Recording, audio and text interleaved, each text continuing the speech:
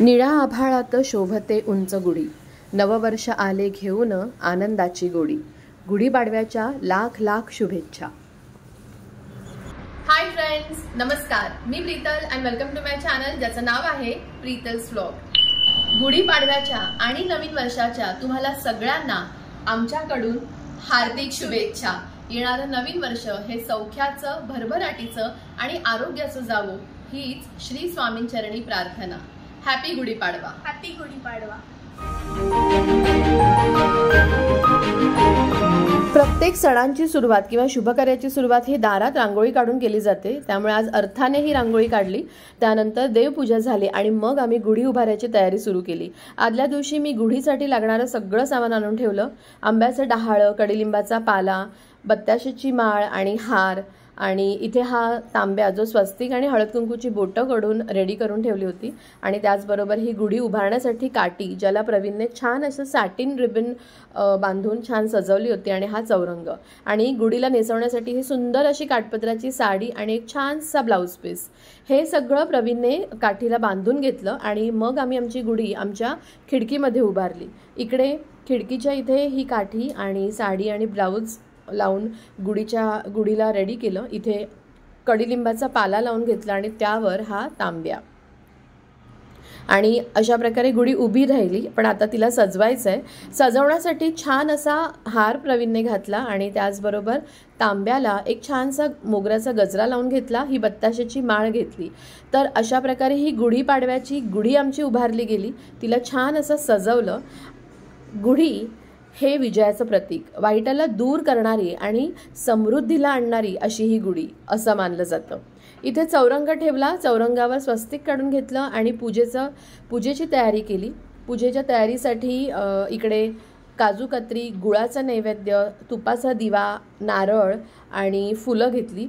इकडे प्रवीण पूजेची तयारी करत होता, तोपर्यंत माझी नैवेद्याची तयारी चालू होती. इकडे प्रवीणने दिवा लावून घेतला आणि आजचा नैवेद्य म्हणजे श्रीखंडपुरी. श्रीखंडपुरीला आजच्या दिवशी मान असतो, तर आमच्याकडे सुद्धा श्रीखंडपुरी होती आणि नैवेद्य माझा रेडी झाला. पुऱ्यांसाठी मी इथे पीठ मळून घेतलं आणि मग इथे प्रवीणने पूजा करून घेतली.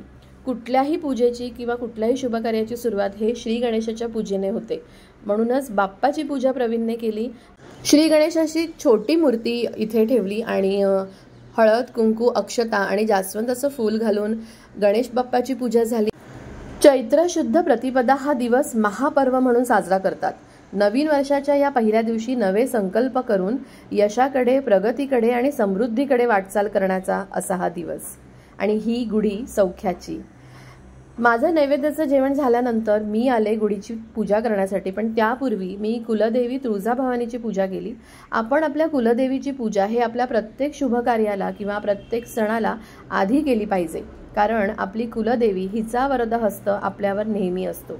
महाराजांची पूजा केली आणि मग केली मी गुढीची पूजा. गुढीपाडव्याला गुढी उभारण्याला विशेष महत्त्व आहे. उंच बांबूच्या काठीवर ही गुढी उभारली जाते. चैतन्याची, समृद्धीची आणि यशाची. हिंदू धर्माच्या प्रत्येक सणाला काही ना काही महत्त्व असतं. गुढीपाडव्याच्या दिवशी आपण जो हा कडीलिंबाचा पाला लावतो, त्याच्यामागे खरं तर शास्त्रीय कारण म्हणजे आपल्या आहारावरच आहे. कडीलिंबाचा पाला हा थंड आणि हा उन्हाळा सुकर करण्यासाठी या कडीलिंबाचं सेवन करणं अत्यंत आवश्यक आहे. तर इकडे आता नैवेद्याची तयारी करायची होती, त्यामुळे मी पटापट पुऱ्या करून घेतल्या आणि इथे नैवेद्य काढला आणि बाप्पाला, स्वामींना आणि गुढीकडे हा नैवेद्य दाखवला. असे सण किंवा अशी शुभकार्य जेव्हा आपण आपल्या वास्तूत, आपल्या घरात करतो, तेव्हा आपल्या वास्तूत एक वेगळाच प्रकारचा आनंद आणि उत्साह येतो. खूप चांगले व्हायब्रेशन्स आपल्या आयुष्यात येतात.